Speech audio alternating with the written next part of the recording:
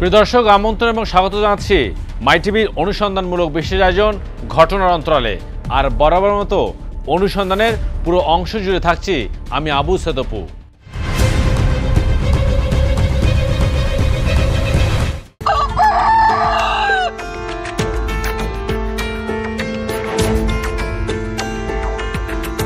প্রিয় দর্শক, আজ আমরা কথা বলবো ট্রাফিক ব্যবস্থাপনা নিয়ে। দিনভর রাজধানীতে ট্রাফিক ব্যবস্থাপনাকে শৃঙ্খলা রাখার দায়িত্বে যেসব ট্রাফিক পুলিশরা নিরলসভাবে পরিশ্রম করে যাচ্ছেন, তারা ঠিকই তাদের দায়িত্ব পালন করছেন।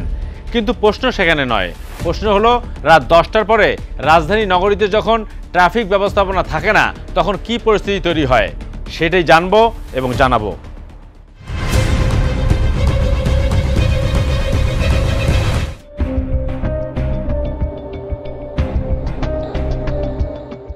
রাজধানীর যানজটের গল্প নতুন কিছু নয়। দিনভর রাজধানীর অধিকাংশ গুরুত্বপূর্ণ পয়েন্টে ট্রাফিক পুলিশরা সড়কের শৃঙ্খলা রক্ষার্থে রোদ ঝড় বৃষ্টি উপেক্ষা করে দায়িত্ব পালন করছেন। তারপরেও কমছে না যানজটের পরিধি। যেখানে আগে প্রতিটি গাড়ির গতিবেগ ছিল 25, তা নেমে দাঁড়িয়েছে মাত্র 5-এ। মেরুলে জ্যাম থাকে বেশি, প্রায় আধা ঘন্টা সময় চলে যায়। যদি এরকম উন্নত ব্যবস্থা করা হয় সেভাবে, যেন রাস্তাঘাটে ট্রাফিকের কোনো সমস্যা হবে না। যানজট বেশি থাকে, অ্যাক্টিভ হয় না। বনানী থেকে মহাখালী হয়তো 1.5 ঘন্টা সময় লাগে। জাম খুব রাস্তা, এবং এই তেজগাঁ স্টেশন বা ওইদিকে আছে, মনে করেন এদিকে ট্রাক্টর রাইখা মনে করেন গাড়ি ঘুরি, মনে করেন আবার রিক্সাওয়ালারা আছে, এরা মনে করেন উল্টা পুল্টা ঢুকাই দিয়া মনে করেন জাম লাগাই দেয়। যানজটের কবলে কর্মস্থলে যাওয়া মানুষ ও সাধারণ যাত্রীরা পড়েছেন বিপাকে। রাজধানীর ট্রাফিক কন্ট্রোল রুম থেকে জানানো হয়, সকাল থেকে রাজধানীর বিভিন্ন রুটে অতিরিক্ত পরিবহন চলাচল করার কারণে এই অবস্থার সৃষ্টি হয়েছে। মতিঝিল থেকে শুরু করে গুলিস্তান, পল্টন, বাড্ডা, রামপুরা, মহাখালী, উত্তরা সড়ক, শাহবাগ, ফার্মগেট, আজিমপুর, কমলাপুর, খিলগাঁও, শ্যামলী, কল্যাণপুর, যাত্রাবাড়ি, সায়দাবাদ এলাকার রাস্তাগুলো সকাল থেকেই ব্যাপক যানজট লেগেই থাকে। আর এছাড়াও মূল সড়কের বাইরে হাতিঝিলেও প্রাইভেট কার, সিএনজি দীর্ঘ সারি দেখা যায়। মূল সড়কে যানজট থাকায় অনেকে অলিগলির রাস্তায় প্রাইভেট কার ও সিএনজি নিয়ে ঢুকে পড়ছেন, সেখানেও যানজট বেঁধে যাচ্ছে। এ যেন যানজটের নগরী। তীব্র যানজট রাজধানী ঢাকায় চলাচলের গতি আরও ধীর করে ফেলেছে। প্রধান সড়ক থেকে শুরু করে এমন কোনো এলাকা নেই যেখানে যানজট নেই। পরিবর্তিত পরিস্থিতিতে ট্রাফিক অব্যবস্থাপনা, বাস মিনিবাসের বিশৃঙ্খলা, যেখানে সেখানে যাত্রী ওঠানামা, প্রাচীন ট্রাফিক সংকেত ব্যবস্থা, ট্রাফিক আইন না মানা, ট্রাফিক পুলিশের শিথিলতা, সড়কের এলাকা জুড়ে বাস ট্রাক রাখা, ছোট জনের আধিক্য, ফুটপাত দখল, ভাঙ্গা সড়ক, সড়কে খোরাখুরি, ব্যাটারিচালিত অটোরিকশা দাপট, রাজধানীতে যেন যানজট আরও তীব্র আকার ধারণ করেছে। যানজটের মতো চিরচেনা গল্প আমাদের সবারই জানা, কিন্তু আমাদের দায়িত্ববোধ থেকে আমরা পুরাতনকে নতুন করে উপস্থাপন করছি মাত্র। এই হলো রাজধানী ঢাকার দিনের বেলার চিত্র।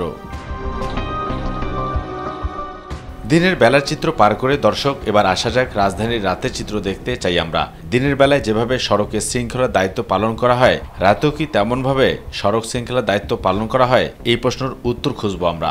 দর্শক, সময় হলো একটি বিরতি নেয়ার। বিরতির পর আমরা জানাবো আপনাকে যাত্রাবাড়ির ট্রাফিক ব্যবস্থাপনার খবর।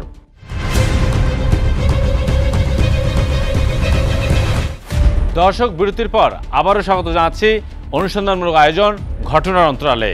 আমরা বিরতির আগে বলেছিলাম যাত্রাবাড়ির ট্রাফিকের ব্যবস্থা সম্পর্কে জানাবো আপনাদের, তাই চলুন কথা না বাড়িয়ে আমরা যেতে চাই যাত্রাবাড়িতে কিভাবে চলছে সেখানকার ট্রাফিক ব্যবস্থাপনা।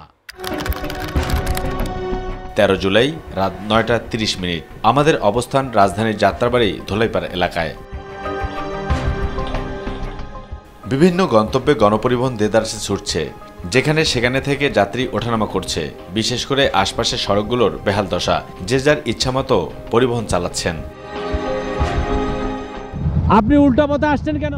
স্যার, আমরা যে পথে যাই ও পথে অনেক ভাঙ্গা, অনেক গর্তা। যদি সোজা যেতে চাই আমাদের গাড়ি পল্টি খেয়ে যায়, তাই আমাদের বাধ্য হয়ে এতগুলো যাত্রী নিয়ে আমরা এই উল্টা পথে আসতে হয়। ট্রাফিক পুলিশ আছে না? ট্রাফিক পুলিশ আছে, তারা তো কিছু করবো না। ঘটনা ওইটা না, ঘটনা হলো দেখা গেছে যখন ট্রাফিক থাকে না, আপনার একটু আইন শৃঙ্খলা তখন একটু বিঘ্নিত হয়। যেমন দেখা গেছে আমি 3 নম্বর লাইনে গাড়ি রাখতে পারবো না, তো আমরা রেখে দিই, তখন ট্রাফিক নেই, কিছু নেই। আর যখন ট্রাফিক থাকে তখন আমাদের শৃঙ্খলা আমরা অবশ্যই বজায় রাখি। স্থানীয় জনগণ কি বলছে ট্রাফিক ব্যবস্থাপনা নিয়ে? যাত্রাবাড়ি গণপরিবহনের বিশৃঙ্খলা দেখলে অনেকটা ধারণা চলে আসবে রাজধানী সম্পর্কে।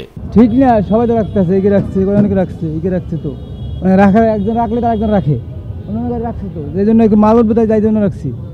মানে সবাইকে রাখতে হলে আপনাকেও রাখতে হবে না, রাখতে হবে, ঠিক না। এটা হচ্ছে আপনার ভয়াবহ চিত্র থাকে এখানে এই গোল চক্করটা এইখান থেকে যখন দেখবেন মানে 9টার পরে যখন আপনার নাই মানে সার্জেন্ট ট্রাফিক পুলিশ থাকে না, তখন হচ্ছে আপনার এই সাইড দিয়ে এদিক থেকে আসতেছে, এদিক থেকে আসতেছে, এই যে ভিতরে এই যে এই জায়গাটা দেখতেছেন, এই জায়গাটার ভিতরে মানে ভয়াবহ অবস্থা। একটা লোক যে পার হইবে এরকম পার হওয়ার পরিস্থিতি থাকে না। তথ্যানুযায়ী দিবারাত্রি সর্বদাই এখানে ট্রাফিক ব্যবস্থাপনায় জনবল থাকার কথা, কিন্তু নেই। কোথায় তারা? এমন প্রশ্ন স্বভাবতই জাগায়। ট্রাফিক বক্স তালাবদ্ধ থাকায় পাওয়া গেল না কাউকেই। তবে গণপরিবহন কাউন্টারের ভেতরে কিছুটা অবসাদগ্রস্ত হয়ে থাকা ট্রাফিক সদস্যদের সাথে কথা হয় আমাদের।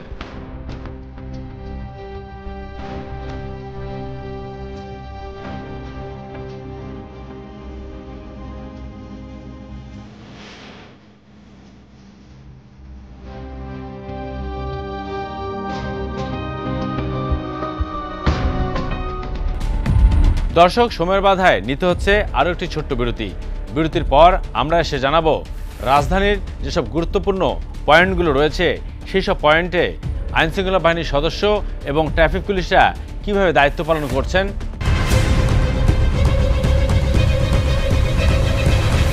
দর্শক, বিরতির পর আবারও স্বাগত জানাচ্ছি আপনাদেরকে। আমরা যেমনটি বলেছিলাম বিরতির আগে, রাজধানীর বিভিন্ন গুরুত্বপূর্ণ পয়েন্টে ট্রাফিক পুলিশরা কীভাবে দায়িত্ব পালন করছে সেটি জানাবো। তাই চলুন, কথায় নয়, আমরা মাঠ পর্যায়ে থেকে ঘুরে আসি কিভাবে তারা দায়িত্ব পালন করছেন আর কেমন করে চলছে রাজধানীর ট্রাফিক ব্যবস্থাপনা।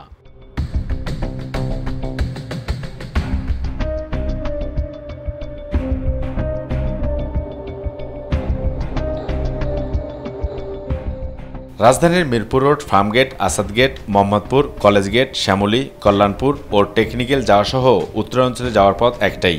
আর এই পথে যত বিপত্তি। দিনের বেলায় সড়কে ট্রাফিক ব্যবস্থাপনায় দায়িত্বরত কর্তারা থাকলেও রাত 10টা পেরোলেই শুরু হয় অপ্রত্যাশিত যানজট। বিশেষ করে ব্যস্ততম সড়ক হয়ে ওঠে বেপরোয়া। শুরু হয় অসুস্থ এক প্রতিযোগিতা, কে কার আগে যাবে। 7টার পরে থেকে দেখা যায় থাকে না। তখন কি সমস্যা হয়? অনেক লোকজন পার হতে রাস্তায় হচ্ছে পথচারীরা কষ্ট পাচ্ছে। এইটা আসলে সবাই তো মুভ করতে চায়, মানে কার আগে কে যাবে, যেখানে এখান থেকে সোজাও যাবে আবার ডানেও যাবে। দেখা গেছে মনে করেন যে ডানের যে গাড়িগুলো যাবে, বামের গাড়িগুলো যেগুলো সোজা যাবে, ডানের গাড়িগুলো সব রাস্তা ব্লক করে দেয়।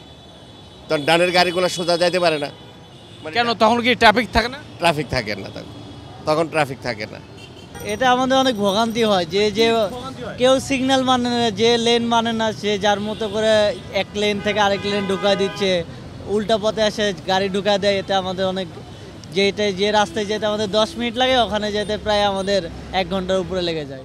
মানে কারণটা কি? এই কারণটা ট্রাফিক না থাকার কারণে কেউ মানতে চায় না আইন, সবাই নিজেদের মন মতো চলে। দর্শক, এবার আমাদের অবস্থান শ্যামলীতে। তখন ঘড়ির কাঁটায় রাত 8টা। ক্যামেরার চোখে ধরা পড়ল সড়কে নজিরবিহীন অব্যবস্থাপনা চিত্র। এরপর আমরা শ্যামলী ট্রাফিক পুলিশ বক্সে প্রবেশ করতে চাই। তারপর যা হলো নিজেই দেখুন। তবে এর 1 ঘন্টা আগে রাত 7টায় আমরা ওই এলাকায় কোনো ট্রাফিক পুলিশকে দেখতে পাইনি। তাই তো যে যার মতো পারছে সেভাবে রাস্তা পার হচ্ছেন। বিশেষ করে গণপরিবহন এবং ব্যক্তিগত গাড়ির সংখ্যা অনেক বেশি। এ যেন নিয়ন্ত্রণহীন এক শহর। এইটা আসলে বর্তমান যে প্রশাসনিক ব্যবস্থা, এটা অনেকটা চাপের মধ্যেই দুর্বল। মানে ওরা চাইলেও স্বাধীনভাবে কাজ করতে পারতেছে না। এজন্য ব্যাপারটা এরকম। অনেক সময় রাস্তায় ট্রাফিক থাকে না, এদিক দিয়ে গাড়ি আসতেছে, মাঝখানে এসে দেখা গেছে যে একটা অ্যাক্সিডেন্ট হয়ে গেছে। এখন কিন্তু অ্যাক্সিডেন্ট রেটটাও অনেক বেশি বেড়ে গেছে। যারা বোঝে না হেরা না উল্টা উল্টা ঢুকে দেয়, আর যারা বোঝে হেরা ঠিকই দাঁড়ে থাকে। ওই সময় মনে করেন একটা মনে করেন অটো রিক্সা ঢুকে দেয়, কিংবা আমাদের সিএনজি অনেকে ঢুকে দেয়, অনেকে বাস ঢুকে দেয় উল্টা উল্টা, কেউ আইন মানে না। এই কারণে জ্যাম বেশি লাগে, জ্যামজট বেশি লাগে। মানে কারণটা কি? কারণটা ওই সময় তো ট্রাফিক কম থাকে, আর ওইখানে তো মনে করেন বেশি মোড়গুলোর ট্রাফিক থাকে। এমনি সাধারণত মোড় ট্রাফিক 11টার পরে থাকে না। বা যারা যত্রতত্র পার হওয়ার চেষ্টা করে খুব টেনশন ফিল হয় যে কখন কি দুর্ঘটনা ঘটে, এবং ট্রাফিক থাকলে জ্যামটাও কম হয় এবং ট্রাফিকের জ্যামের ভিতরে আবার ছিনতাইকারীও বেড়ে যায়। আপনারা তো অনেক জায়গায় রাইড শেয়ার করেন, তো রাইড শেয়ার করতে গিয়ে বিভিন্ন জায়গায় কি দেখেন ট্রাফিক থাকে? এটা দিনের বেলা থাকে, রাতে থাকে না আর কি।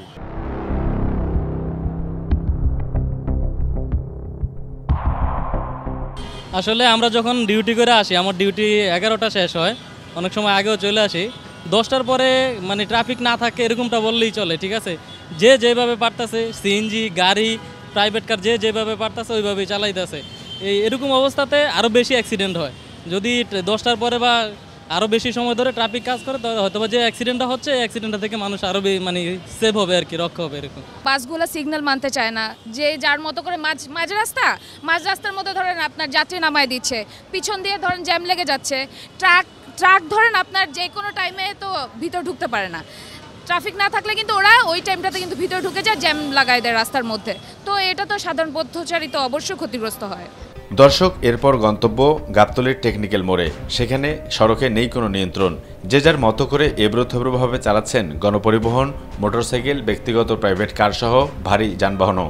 বিশেষ করে দূরপাল্লার গণপরিবহনগুলোর টার্নিং নিতে হয় এই রুট ব্যবহার করে, ফলে যানজট এমনিতেই সৃষ্টি হয়, যার কোনো সুনির্দিষ্ট ব্যাখ্যা কারো কাছে জানা নেই।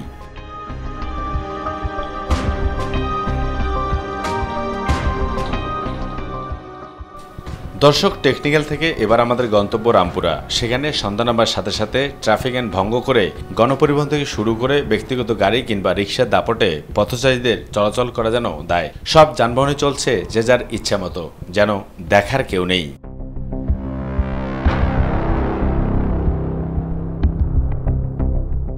সার্বিক এই ব্যবস্থাপনাকে কিভাবে দেখছেন ডিএমপির গণমাধ্যম ও জনসংযোগ বিভাগের উপকমিশনার তালেবুর রহমান? তবে সচেতন হওয়ার কোনো বিকল্প নেই বলে মনে করেন ডিএমপির এই মুখপাত্র। বিভিন্ন রাউন্ড অ্যাবাউট এবং ক্রস ওয়াক যেগুলো রয়েছে সেখানে বেশ কিছু পরিবর্তন আমরা এনেছি। এর বাইরে বিভিন্ন সড়কে আমরা কিছু টার্নিং পয়েন্ট চেঞ্জ করেছি, যার ইতিবাচক কিছু দিক, ইতিবাচক প্রভাব আমরা ইতিমধ্যে লক্ষ্য করেছি। আমরা চেষ্টা করছি যানজটটাকে আরও সহনীয় পর্যায়ে নিয়ে আসার জন্য এবং নগরবাসী যেন তাদের পরিকল্পিত সময় অনুযায়ী তাদের গন্তব্যে পৌঁছতে পারেন। আপনি যে বিষয়টা উল্লেখ করেছেন, রাত্রেবেলা যখন আমাদের ট্রাফিক পুলিশ বিভিন্ন জায়গা থেকে তাদের যে ডে ডিউটি সেটা বা পরিবর্তন করার পরে চলে আসে, অনেক সময় কিছু জায়গাতে সমস্যা হয়। রাত্রেবেলা সাধারণত গুরুত্বপূর্ণ ইন্টারসেকশনগুলোতে আমাদের ট্রাফিক ডিউটি থাকে। তো আমরা চেষ্টা করছি দিনের বেলায় যেমন সহনীয় পর্যায়ে ট্রাফিক ব্যবস্থাপনাটা থাকে, রাত্রেবেলা ওটা সেই ধারাটা অব্যাহত রাখার জন্য। ট্রাফিক ব্যবস্থাপনায় পুলিশের পাশাপাশি বিভিন্ন এজেন্সির ভূমিকা রয়েছে। ট্রাফিক পুলিশ শুধুমাত্র আইন প্রণয়ন, আইন প্রয়োগের কাজটা করে থাকে। এর বাইরে যে বিভিন্ন এজেন্সিগুলো রয়েছে, সিটি কর্পোরেশন, সড়ক বিভাগ, তারপরে আপনার তাদেরও কিন্তু যথেষ্ট ভূমিকা রয়েছে। তো যে ট্রাফিকের ক্ষেত্রে আমরা মানুষের যারা সড়ক ব্যবহারকারী তাদের কিন্তু ভূমিকাটাও কিন্তু খুব গুরুত্বপূর্ণ। আর বুয়েটের এই পরিবহন বিশেষজ্ঞ কি বলছেন, কেন এমন হচ্ছে তার ব্যাখ্যা দেন তিনি। বলেন, ট্রাফিক ব্যবস্থাপনাকে ফিরিয়ে আনতে হলে ঢেলে সাজাতে হবে। প্ল্যানিং স্টেজে প্রবলেমগুলো, যখন আপনি প্ল্যানিং করবেন তখনই আপনার অনেকগুলো সমস্যা নতুন তৈরি হবে না। মনে করেন এখন আমি ট্রাফিকটা কেন ডেপ্লয়মেন্ট করি, ট্রাফিক দিয়ে যখন শৃঙ্খলা ফিরে আনার জন্য। 9টার পর যদি মানুষের যদি ট্রাফিক ঢুকে ভিনে, তাই ট্রাফিক এনফোর্সমেন্ট থাকতে হবে, তো তারা তো চলে গেলে হবে না। কিন্তু ব্যবস্থা বলতে আমি বলতে চাচ্ছি যে আপনাকে পুরা সময়টাকে 24 ঘন্টাকে ভাগ করতে হবে। 24 ঘন্টার মধ্যে কোন কোন সময়ে আমাদের ট্রাফিক ফ্লোটা কেমন, ফ্লোর ভিত্তিতে আমাকে ডেভেলপমেন্টটা নিতে হবে। কারণ আপনি মনে হয় যখন 9টার দিকে মানুষের মুভমেন্ট শুরু হয়, বাসায় ফিরতে থাকে, অফিস বন্ধ হয়ে থাকে, প্রাইভেট অফিসগুলো, এই সময় তো পুলিশ এনফোর্সমেন্ট থাকা প্রয়োজন ছিল, না থাকলে তো বিশৃঙ্খল তৈরি হবেই। এটার জন্য পর্যাপ্ত আমার যে সমস্ত যারা ট্রাফিক নিয়ন্ত্রণ করবে তাদের থাকা উচিত। যখন তাদেরকে একটা স্ট্র্যাটেজিক প্ল্যান করতে হবে যে কোন কোন জায়গাগুলোতে আমাদের ঝুঁকি বাড়তেছে, তাদেরকে একটা অ্যাসেসমেন্ট করতে হবে, তাদের একটা ফিজিবিলিটি স্টাডি করতে হবে, করে তাদেরকে এটার সমাধান খুঁজতে হবে, তাদের এনফোর্সমেন্টের মাধ্যমে কীভাবে এগুলো ট্রাফিক কনজেশনটা কমানো যায় এই সময়। প্রিয় দর্শক, বিদায় ঘন্টা বেজে উঠেছে। বরাবর মতো বিদায় নেওয়ার আগে একটি কথা বলি, পৃথিবীতে কারো ক্ষতি করে কেউ কখনো ভালো থাকে না।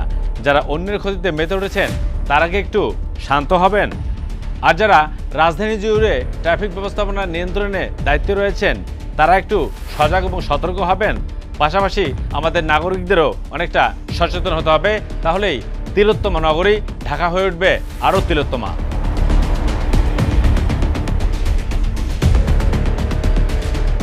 বিদায় নিচ্ছি আজ। দেখা হবে পরবর্তীতে নতুন কোনো অনুসন্ধান কিংবা সাতকাওয়ানের অধ্যায় নিয়ে। সে অপেক্ষায় ভালো থাকুন, সুস্থ থাকুন আর সবসময় চোখ রাখুন মাই টিভিতে। আল্লাহ হাফেজ।